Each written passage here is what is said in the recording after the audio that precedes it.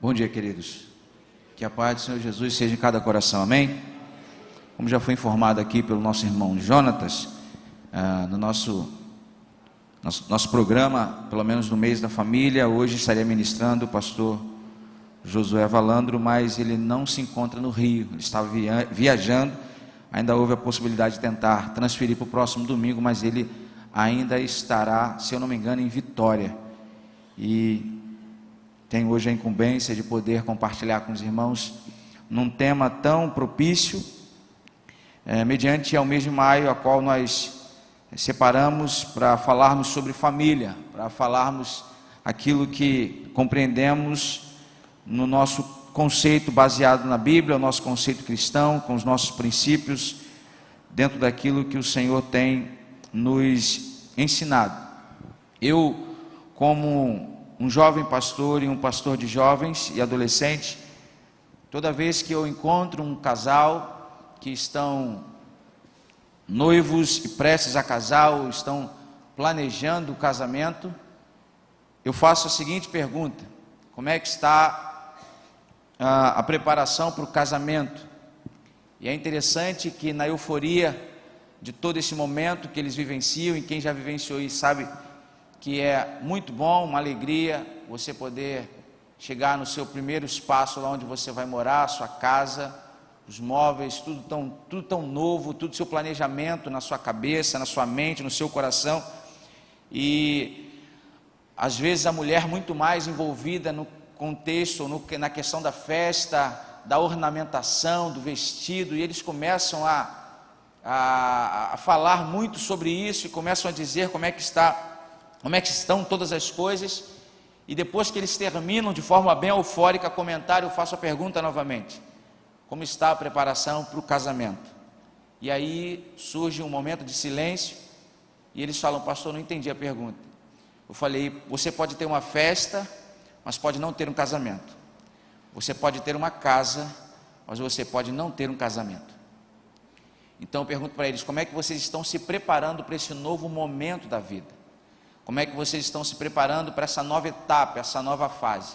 Até porque nós temos o costume, e isso é positivo, de nos prepararmos quanto ao futuro. Aqueles que aqui já estão vivendo a sua vida, no seu trabalho, na sua profissão, você cada vez mais estão buscando capacitação para se sentir melhor naquilo que você está fazendo hoje. Porém, por que não existe esse mesmo envolvimento, essa mesma preocupação com a família? Porque nós não pensamos muito sobre isso, não estudamos sobre isso, até porque eu entendo, claro, que não existe fórmula pronta, para cada casamento é um casamento, cada família é uma família, mas existe uma base que nos norteia a nossa vida, que é a palavra de Deus. E mediante a isso, a esse conceito, a esses princípios que se apresentam dentro da palavra de Deus, nós precisamos caminhar para tentarmos ter uma vida, uma família abençoada, caminharmos com alegria na família. E aí a gente não consegue, não avalia algumas questões, porque cada decisão da nossa vida, cada decisão da nossa família, o passo que tomamos com a família, vai refletir em alguma coisa. Eu lendo certa vez um livro, dizia o seguinte, que casamentos disfuncionais geram filhos disfuncionais. Às vezes dificilmente pais refletem no seu relacionamento como marido e mulher, se isso de alguma maneira não está refletindo na vida dos seus filhos, se de alguma maneira não está refletindo de forma negativa, porque eu também creio que pode refletir de forma positiva a forma que você vive matrimonialmente. Isso é válido pensar e refletirmos sobre isso a todo tempo nas decisões que estão para ser tomadas. Toda vez que algum jovem comentam sobre casamento, namoro, noivado ou qualquer coisa nesse sentido, eu chamo a refletir sobre isso, porque é válido. E eu gostaria de entender e compreender essa manhã sobre a importância de, para vivermos uma comunhão na família, nós precisamos facilitar algo. Interessante que o mundo cresce cada vez mais, ou avança cada vez mais na tecnologia da comunicação. E o que mais eu percebo, e falo isso com o tempo de ministério pastoral, por acompanhar algumas famílias, por acompanhar algumas pessoas, o que mais afeta o meio familiar é uma coisa chamada comunicação. É meio que não completa ou não bate as coisas. Por quê? Porque você percebe quanto a sociedade ou o mundo avança na comunicação, o que mais se afeta hoje no relacionamento. Claro que de repente alguém pode dizer: pastor, isso não é novo, isso é de muito antigo. Só que nós precisamos melhorar isso. Se estamos crescendo no que chamamos de comunicação, deveríamos crescer também na família, no que entendemos como comunicação. Gostaria que você pudesse abrir a sua Bíblia em Gênesis capítulo 11. Gênesis 11.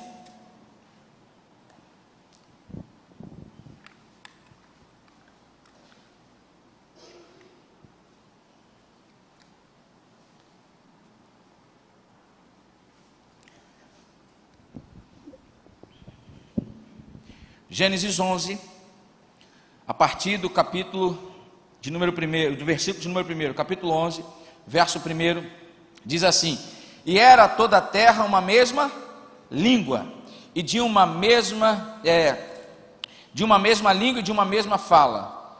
E aconteceu que, partindo eles do oriente, acharam um vale na terra de Siná, e habitaram ali, e disseram uns aos outros: eia, façamos tijolos e queimemos-los bem. E foi-lhes o tijolo por pedra e o betume por cal, e disseram: eia, edifiquemos em uma cidade uma torre cujo nome toque os céus, e façamos-nos um nome para que não sejamos espalhados sobre a face de toda a terra. Então desceu o Senhor para ver a cidade e a torre que os filhos dos homens edificavam. Disse: eis que o povo é um, e todos têm a mesma língua. E isto é o que começam a fazer, e agora não haverá restrição para tudo quanto eles intentarem fazer. Eia, desçamos e confundamos ali sua língua, para que não entendam a língua um do outro. Assim o Senhor espalhou dali sobre a face da terra, e cessaram de edificar a cidade. Glória a Deus pela sua palavra. O texto reflete algo na nossa visão como algo negativo, aonde esse povo que habitava nesse tempo tinha uma proposta em seu coração em se levantar algo visando muito mais o poderio, visando muito mais a perpetuação de uma história, de uma vida deles, em alcançar alguma coisa. Mas eu não quero me adentrar muito nisso, apenas umas verdades do texto, e algo que eu compreendo e salta ao meu coração a ministrar e a pensar sobre isso, é que havia algo de positivo nessa história. E eu vejo a partir do verso 1. Eles tinham todos a mesma facilidade na comunicação, é poder falar a mesma língua. E posso dizer que sou um pouco influenciado no livro que li de Chapman, Gary Chapman, que ele diz no seu livro As 5 Linguagens do Amor, aonde ele aborda alguns pontos, e alguns eu vou pontuar aqui essa manhã. Vou pontuar aqui essa manhã. Quando o texto diz no verso 1 que todos eles tinham a mesma língua, que todos eles visavam a mesma coisa, tinham o mesmo propósito. Quando falamos a mesma língua, temos o mesmo propósito, visualizamos as mesmas coisas. E para termos uma comunicação eficaz é necessário entender a língua um do outro, irmãos. Para conseguirmos caminhar juntos é necessário entendermos a língua um do outro. Aí alguém pode dizer: pastor, claro que eu entendo, minha língua materna. Eu moro no Brasil e falo em português, só que não é só essa. Eu vou dar exemplo da minha vida e da Juliana. Como alguns já sabem aqui, perdi minha mãe com 6 anos, fui criado com a minha tia. Logo depois de alguns anos, meu pai se casou novamente, fui morar com meu pai. Ou seja, o meu contexto de vida, o meu histórico de vida é diferente da Juliana, que desde que nasceu, os seus pais criaram e ela se casou e veio morar comigo. Parece que não, mas são linguagens diferentes. Quando começamos a nos relacionar, a viver uma vida a dois, falamos línguas diferentes. Muitas das vezes no gabinete pastoral nós vamos conversar com casais, e tenho tido esse privilégio depois que começamos a caminhar com jovens casados. Você percebe que ambos querem a mesma coisa, mas não conseguem dialogar, não conseguem falar a mesma língua, mas querem a mesma coisa. Estão querendo, decidiram ficar juntos, querem caminhar juntos, porém como caminhar juntos falando línguas diferentes? Como caminhar juntos se não conseguem viver, pensar a mesma coisa? Ela às vezes quer a atenção, mas o que ele tem dado é a provisão. Ele quer o cuidado, mas ela tem dado uma outra coisa. São línguas diferentes. E caminhamos nesse propósito aí. Por quê? Para nós chegarmos a uma conclusão, ou chegarmos àquilo que a gente compreende, é necessário entender o outro. Entender o outro. É impressionante, alguém já deve ter ouvido falar sobre isso. A criança, quando ela está crescendo, ela começa a esboçar algumas reações, algumas palavras. Estou vivendo essa experiência com a Ágata, já está com 1 ano, vai completar 1 ano e 1 mês. E ela já começa a querer esboçar algumas reações. Ela não fala alô, mas ela fala ali. E é impressionante que a teimosia agora parece que começou, porque a gente disse que não, mas ela está já ligando o não que eu estou dizendo. E eu começo a perceber que ela não reflete muito naquilo que eu falo. Ela reproduz aquilo que eu faço. Eu percebo que aquela criança de apenas 1 ano e 1 mês, ela pega o telefone e ela bota no ouvido e diz alô ou ali. Ela pega o celular e ela fica passando o dedinho no celular, ainda que não consiga mexer em nada. Ela pega o controle da televisão e ela começa a apertar apontando para a televisão, ainda que não saiba mexer nos botões, porque ela não faz aquilo que eu digo, ela reproduz aquilo que eu faço. Eu começo a perceber que nesse momento a comunicação com ela é de outra maneira, a linguagem com ela é de outra maneira, e nós temos que ter essa sensibilidade na família de tentarmos falar a mesma língua. Tentarmos falar a mesma língua. E quando eu digo de tentar falar a mesma língua, é algo interessante, porque agora está naquela fase que você diz, fala isso, fala aquilo outro, fala aquilo mais, fala aquilo, e ela começa, daqui a pouco vai crescer, né? E aí a criança começa a crescer fazendo o quê? Falando, né? Começa a falar, e a criança fala, até que você já cansa. E aí você diz assim, por favor, minha filha, cala a boca, você fala demais, você fala muito, meu Deus do céu, essa criança não parece uma tagarela, fica falando. Aí ela vira uma adolescente, 14 anos, o que ela faz? Calou, ela não fala mais. Aí a mãe senta do lado e diz, pastor, minha filha não quer falar comigo. E ela chega e fala, filha, fala com a mamãe. Mamãe está aqui, mamãe é sua amiga, eu sou sua melhor amiga, fala comigo. Aí a criança cresce dizendo, meu Deus, eu era criança, mandava eu falar, e agora eu comecei a falar, ela mandou calar a boca, agora está mandando falar de novo. Como é que é isso? É tentarmos entender, irmãos, que cada etapa da vida temos comunicação. A comunicação, ela vai mudando no decorrer da história, da vida. Eu estava com a Juliana ontem, e eu conversando com ela, num tempo eu e minha esposa, eu dizia, vamos completar 6 anos agora, dia 22 de maio. Falei, vamos completar 6 anos de casado, você já consegue compreender algumas coisas sobre mim? Você consegue entender algumas coisas? Eu já consigo. E eu comecei a conversar com ela algumas coisas que eu percebia dela, positivo e negativamente. Eu aprendi uma coisa chamada ressonância. Ressonância é o seguinte, irmãos, fica pronto para isso, também se você quiser trabalhar com isso. É aquela questão quando você diz o seguinte para a pessoa, olha só, eu vou te dizer 3 coisas, você pode escolher mais, fica no 3, que é mais fica 1, que é uma benção. Eu digo 3 coisas positivas e 3 coisas negativas. Porém, entretanto e contudo, você não tem direito de resposta.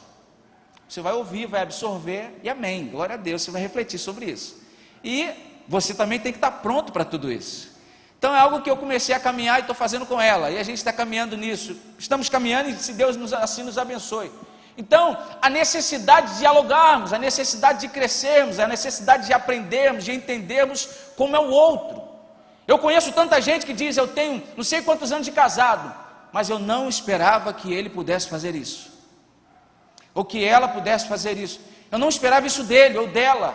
Mas por quê? Porque nunca conseguiu entender e compreender através do diálogo, através de compreender e conhecer o outro. E para a gente tentar entender a língua do outro, é necessário fazermos o quê? Para eu compreender o que você está falando, eu preciso? Tiago 1,19 vai dizer, portanto ao homem, esteja pronto a ouvir, tardio em falar, tardio em se irar. Temos uma boca, uma língua aparelhada por dente, emparelhada por dente, e 2 ouvidos. Seja pronto a ouvir, a Bíblia diz isso, esteja pronto a ouvir. Só que entenda uma coisa, ouvir não é o mesmo que escutar. Ouvir não é o mesmo que escutar. Como assim, pastor? Ontem eu estava sofrendo com o meu time de coração, vendo o jogo. Irmão, cada jogo é uma tristeza, eu fico nervoso. E aí, é nesse momento que às vezes a esposa resolve falar com o marido.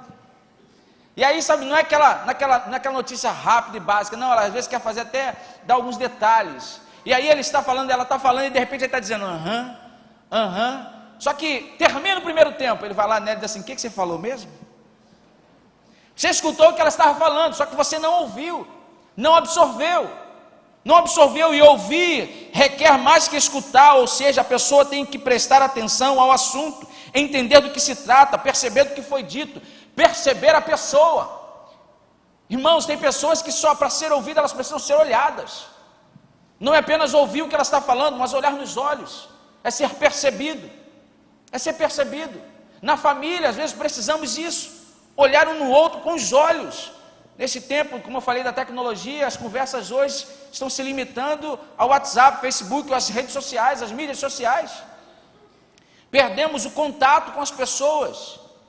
E aí, o pastor já muito bem falou aqui certa vez, vivemos os emotions da vida.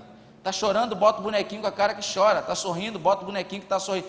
Quem aqui nunca mandou um emotion dizendo que está rindo de uma coisa, mas você não está rindo coisa nenhuma?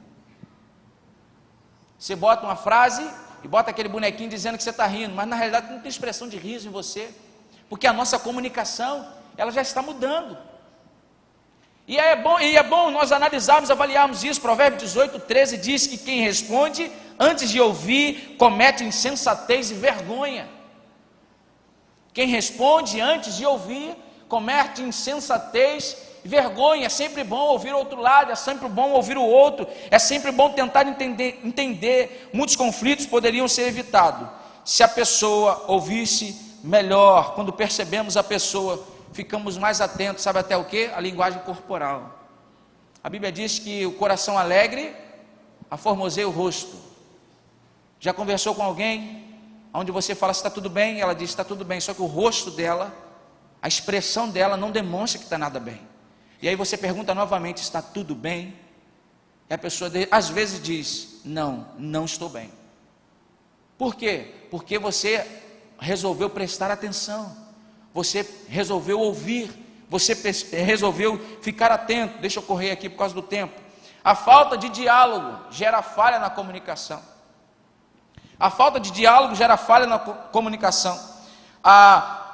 Eu falo que existem muitos, eu tenho aprendido que existem alguns tipos de relacionamento, e dentre eles o chamado relacionamento elevador.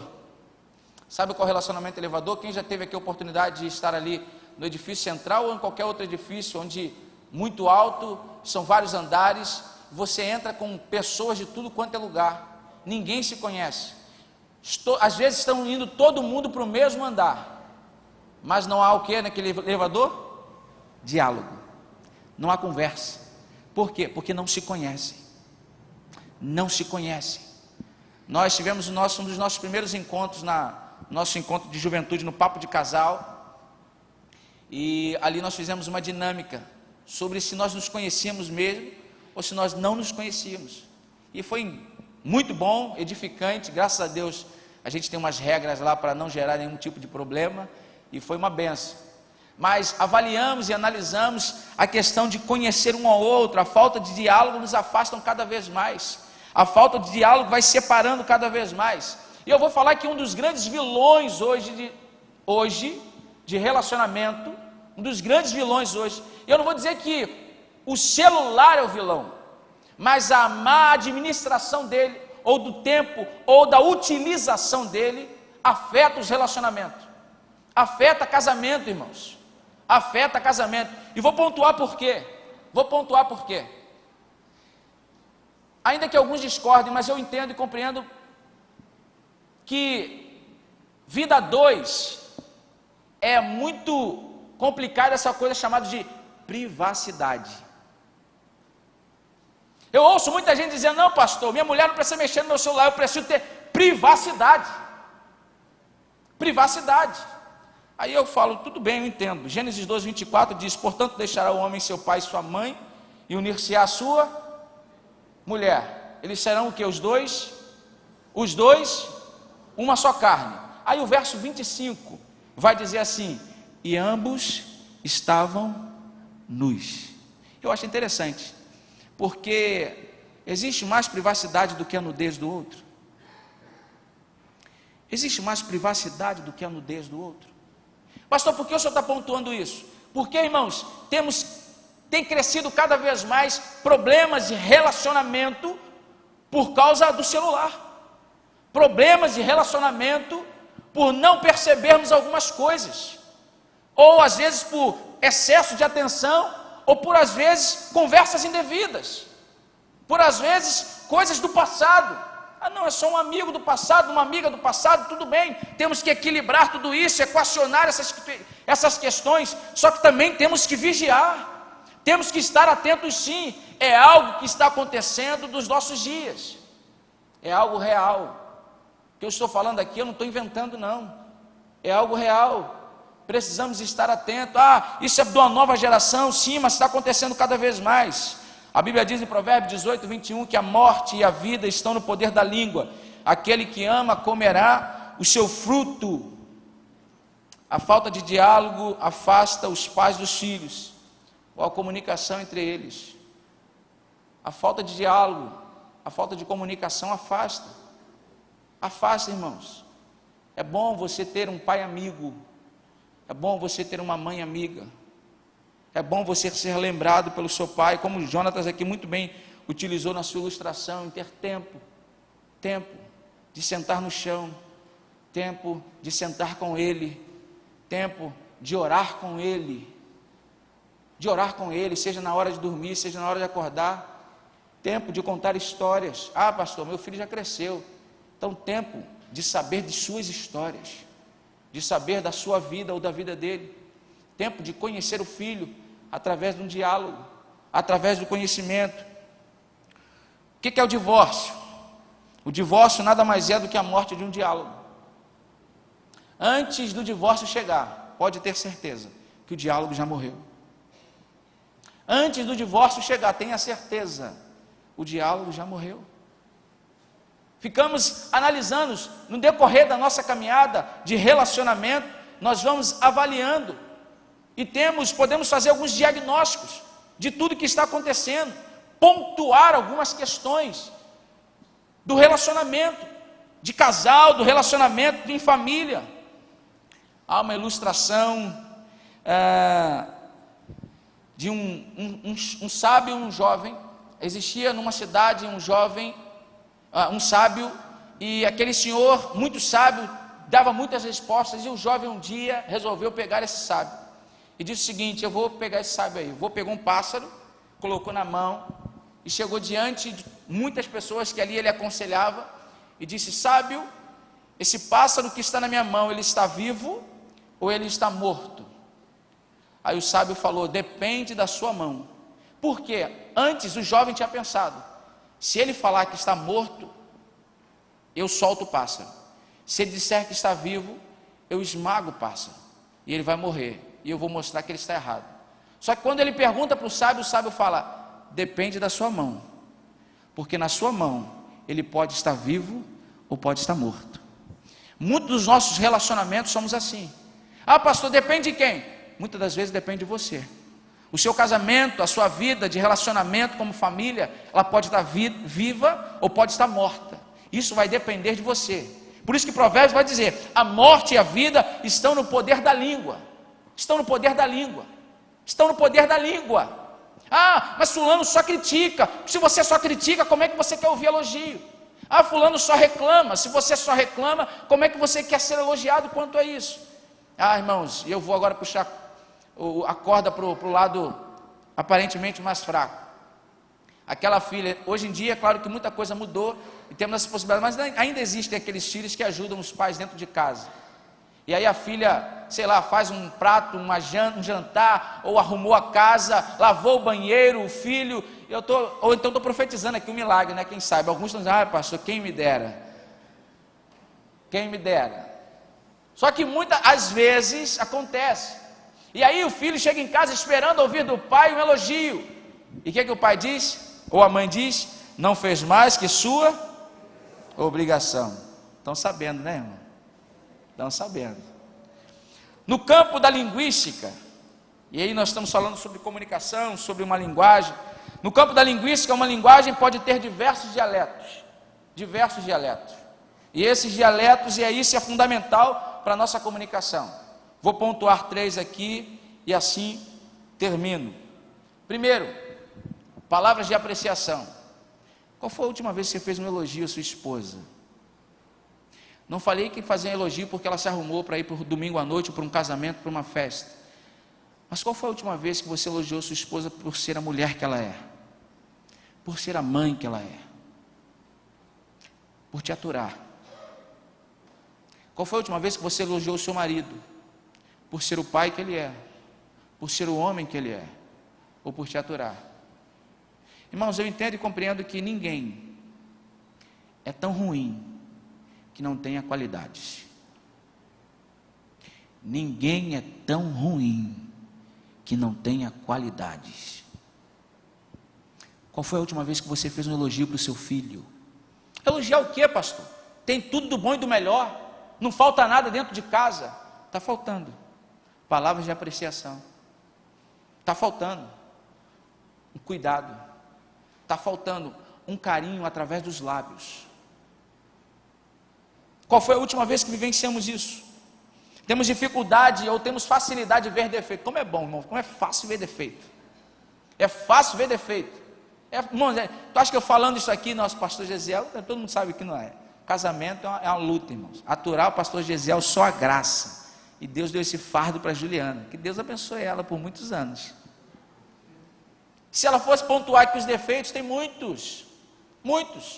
Mas às vezes esquecemos de olhar e mudar a nossa lente. Eu lhe convido essa manhã a mudar a sua lente, a sua ótica, a sua visão. Como assim? Tenha uma visão de Deus, uma visão otimista. 1 Samuel 16:7 diz: o Senhor não vê como vê o homem. Por quê? Porque Samuel não tinha visto Davi, ele tinha visto o outro. E o outro irmão de Davi era mais afetuoso, era mais bonito, chamava mais atenção, tinha postura de rei, tinha jeito de rei. E Deus falou: não, Samuel, não é assim não. Eu não vejo como vê o homem. Vivemos um tempo onde a beleza está no estereótipo só. Vivemos em um tempo onde a beleza é só exterior. Cada vez mais inventam-se cada coisa, irmãos. É tanta coisa, é tanta gente. Certa vez eu vi uma mulher do meio cristão. Aquela menina fez tanta plástica, irmão, mas tanta plástica, que eu acredito que quando ela sorri, ela levanta a perna. Porque, meu Deus do céu, não acreditei com aquilo que eu vi. Ah, pastor, o senhor é contra? Não estou falando nada disso, não. Só que você percebe a escravidão que as pessoas estão. É sério, irmãos, é sério. Eu olhei aquilo, eu não acreditei. Eu não acreditei. Eu falo, quando ter a visão de Deus é que você pode ver de uma forma negativa. Juízes capítulo de número 6, quando Josué foge, quando Gideão foge para malhar trigo no lagar, para malhar trigo no lugar que se pisava uva. Foi covarde, fugiu. Mas a lente de Deus não foi essa. Deus olhou para aquele homem e disse: o Senhor é contigo, varão valoroso. O Senhor é contigo. Ainda que alguns podem te ter como covarde, eu te vejo como um homem de valor. Atos 9,15 vai dizer que o apóstolo Paulo era o perseguidor.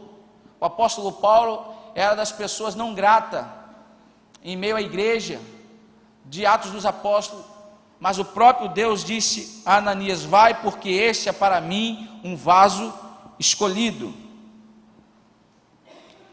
Então nesse ponto que nós pensamos olharmos e vermos como palavras de apreciação. Segundo, tempo de qualidade.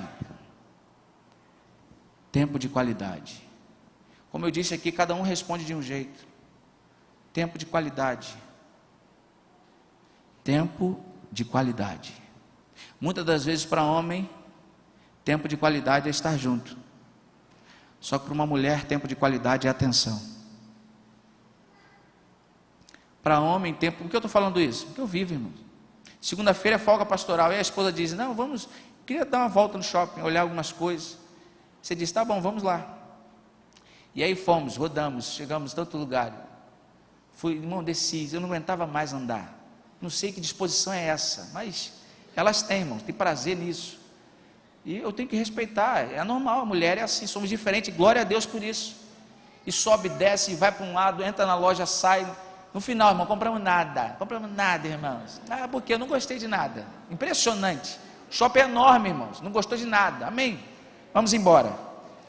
Aí chega a noite. Aí à noite você ouve assim: poxa, a gente nem ficou junto hoje. Meu Deus do céu. Eu queria entender isso aí, me explica, Senhor. É a hora que, irmãos, eu oro e peço a revelação do céu. Senhor, só Tu podes revelar. E se alguém disser para mim que entende, eu vou dizer: vejo que Tu és o Cristo.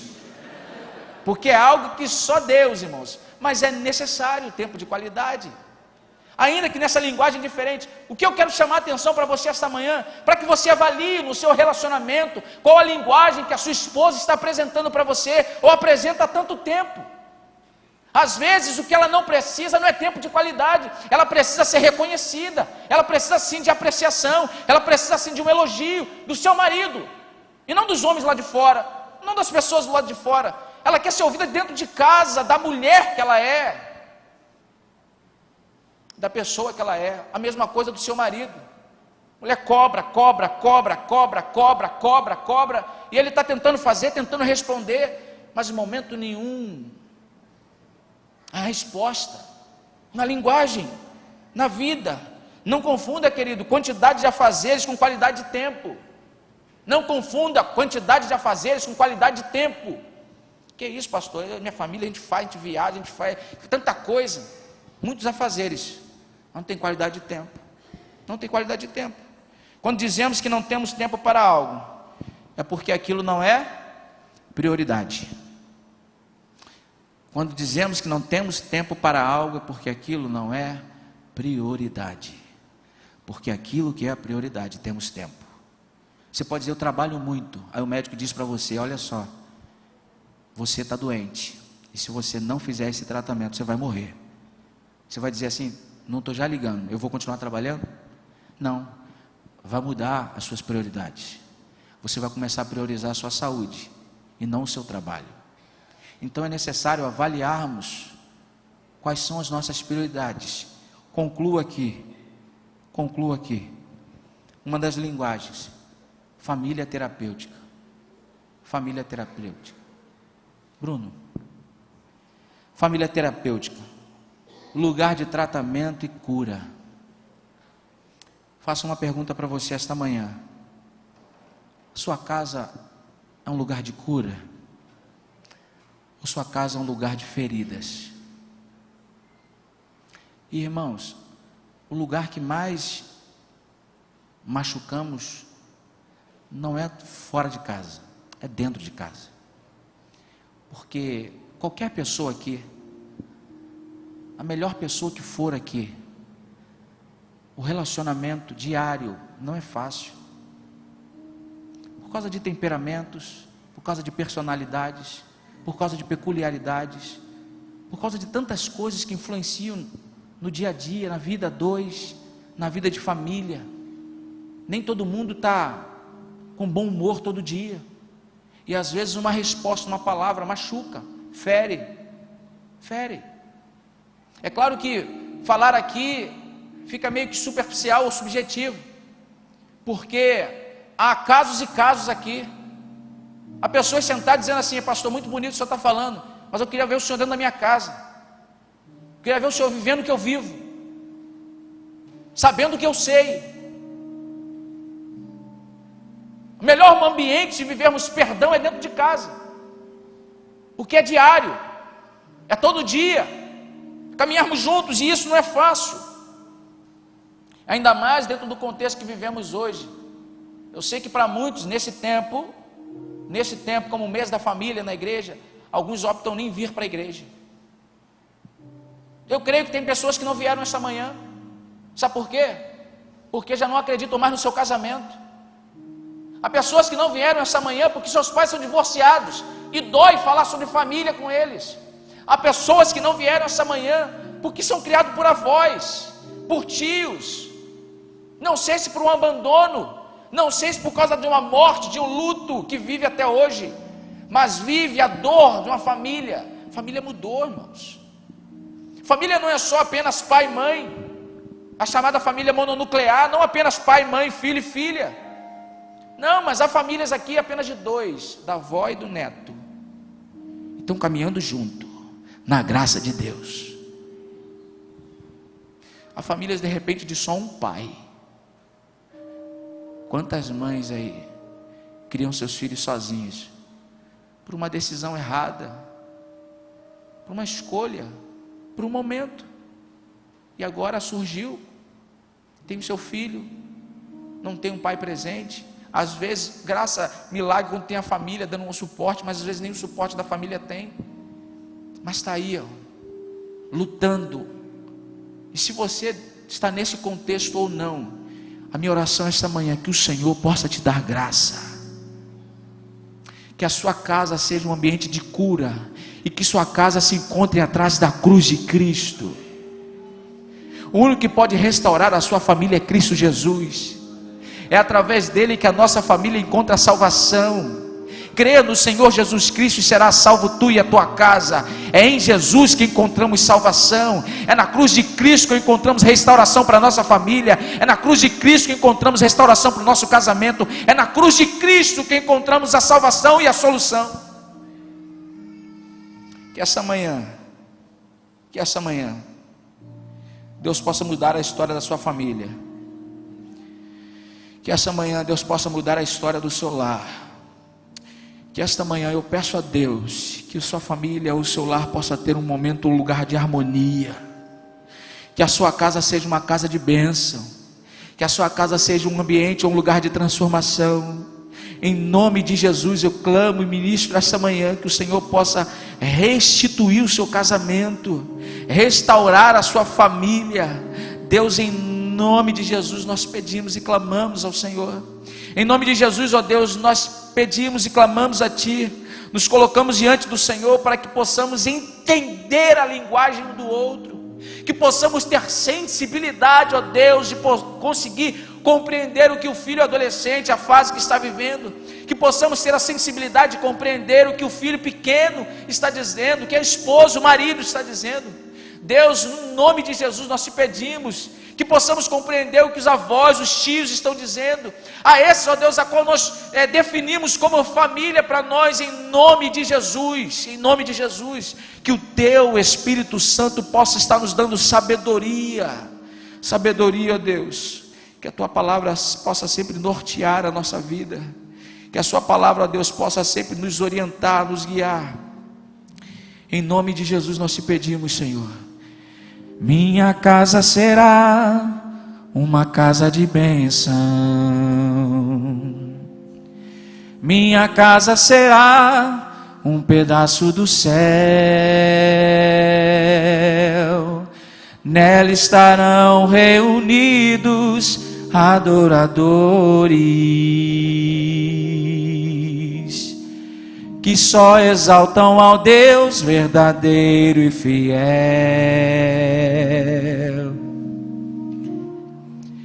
Minha casa será reconhecida